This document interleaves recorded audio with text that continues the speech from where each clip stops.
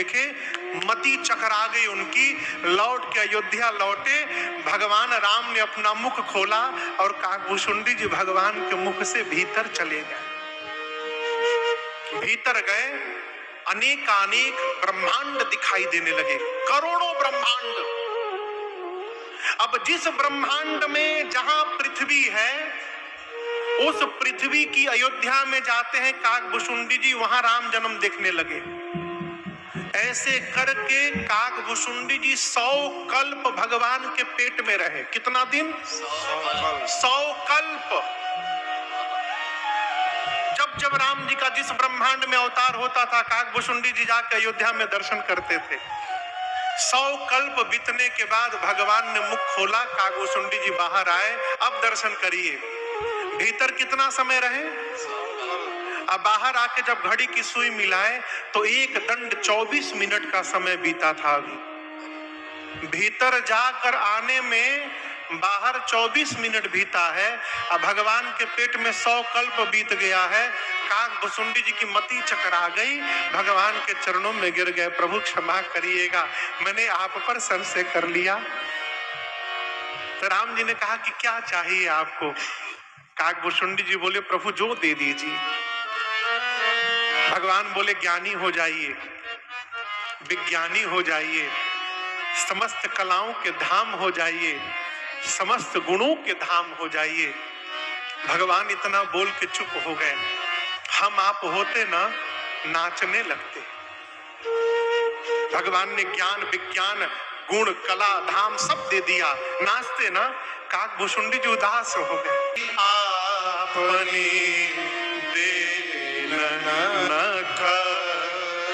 भगवान ने सब कुछ दे दिया और अपनी भक्ति नहीं दी। और भक्ति के बिना ये ज्ञान विज्ञान उसी प्रकार है। माई बाप, कल्पना करिए कोई बटर पनीर बनावे, बटर पनीर बनावे, बढ़िया घी में पहले पनीर को फ्राई कर ले, फिर पनीर को निकाल के ठंडे पानी में डाल ले, क्योंकि सॉफ्ट बना रहे हो, और एक्स्ट्रा तेल उसका निकल जाएगी।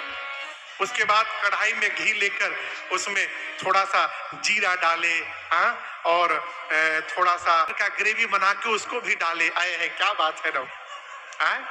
खूब बढ़िया ग्रेवी बनावे, पकाए मसाला, फिर ग्रेवी की थिकनेस के हिसाब से पानी डाले, अब पनीर डाल के ऊपर थोड़ी मलाई भी डाल दे, क्रीम सब डाल दे, रंग भी सुंदर होगा ना। कहिए, कई लोग के तो मुंह से पानी आ गया होगा। खूब बढ़िया निकाल कर कटोरी में रखे। क्या डालना भूल गया हो?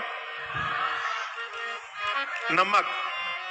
आप दर्शन करिए, भी पड़ा, पनीर भी पड़ा, लेकिन यदि नमक न पड़े न हो तो वो सब पढ़ना बेकार है, उसका कोई अर्थ नहीं है।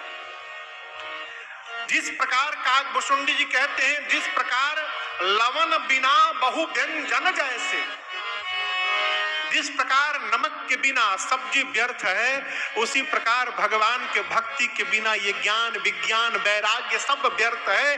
भगवान की भक्ति नहीं प्राप्त हुई तो इनका कोई अर्थ नहीं है।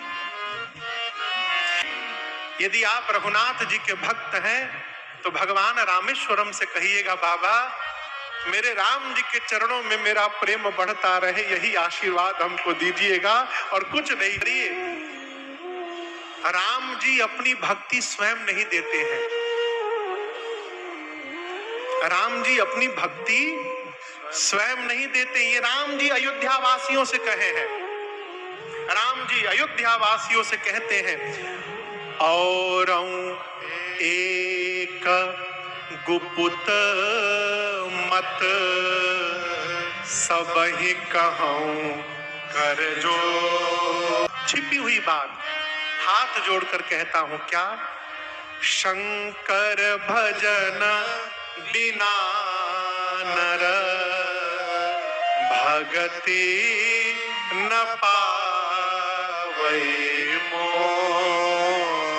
ये राम जी कहते हैं कि बिना भगवान शंकर का भजन किए राम जी की भक्ति प्राप्त होने वाली नहीं है। भक्ति प्रदान की हनुमान जी को राम जी ने स्वयं भक्ति प्रदान की। जटायु जी को राम जी ने स्वयं भक्ति प्रदान की है, शबरी मैया को राम जी ने स्वयं भक्ति प्रदान की। क्यों? अतिशय प्रीत जहां भगवान दिखाई पड़ता है। महाकाल जानते हैं ना, अयोध्या में जन्म मिला किसको? भुशुंडी जी को। अयोध्या में, अयोध्या से गए उज्जैन, गुरुदेव भगवान वैष्णव थे, काकभूषुंडी जी भगवान शंकर के भक्त थे, शिव भक्त जानकर गुरु जी वैष्णव थे, इनको शैव मंत्र दे दिए। अब ये कहते थे कि थे काकभूषुंडी जी। एक दिन महाकाल के मंदिर में बैठकर भगवान शिव की आराधना कर रहे थे, पीछे से गुरु जी आ गए। ये कथा कहती है भगवान की पूजा क्यों नहीं कर रहे हैं? उस समय यदि सद्गुरु आ जाए तो पूजा से भगवान से क्षमा मांग करके उठिए और अपने सद्गुरु का आदर सत्कार करके उचित स्थान दीजिए और फिर अनुमति लेकर पूजा करने आइए। श्रेष्ठ हमसे कोई आ जाए उनका सत्कार करिए। उदाहरण मानस में है, सीता मैया पार्वती जी की पूजा, फिर मां ने स्तुति को पूर्ण किया है। काकभूषुंडी जी मंदिर में बैठे रहे उज्जैन के, गुरुदेव भगवान आए, अपमान भगवान महाकाल बर्दाश्त नहीं कर पाए। एक गर्जना भई महाकाल से, पापी गुरुदेव के आने के बाद अजगर जैसा बैठा है तू, श्राप देता हूं अजगर हो जा। रूपम, ये स्तुति वहीं पर गुरु जी ने गाई। तब भगवान महाकाल ने कहा अनेकों बार तुझे शरीर बदलना पड़ेगा, लेकिन तेरे गुरु के कारण तुझे आशीर्वाद देता हूं। जब जब तू शरीर बदलेगा तब तब तुझे कोई कष्ट नहीं होगा, और कितना भी शरीर बदल ले किसी भी जन्म की तुझे विस्मृति नहीं होगी। में निकल गए, लोमस ऋषि मिले। लोमस ऋषि के पास भुशुंडी जी ने कहा कि हमको सगुण भगवान के बारे में सुनाइए। भुशुंडी जी निर्गुण भगवान के बारे में सुनाने लगते। फिर थोड़ी देर बाद बोले हमको सगुण भगवान के बारे में सुनाइए।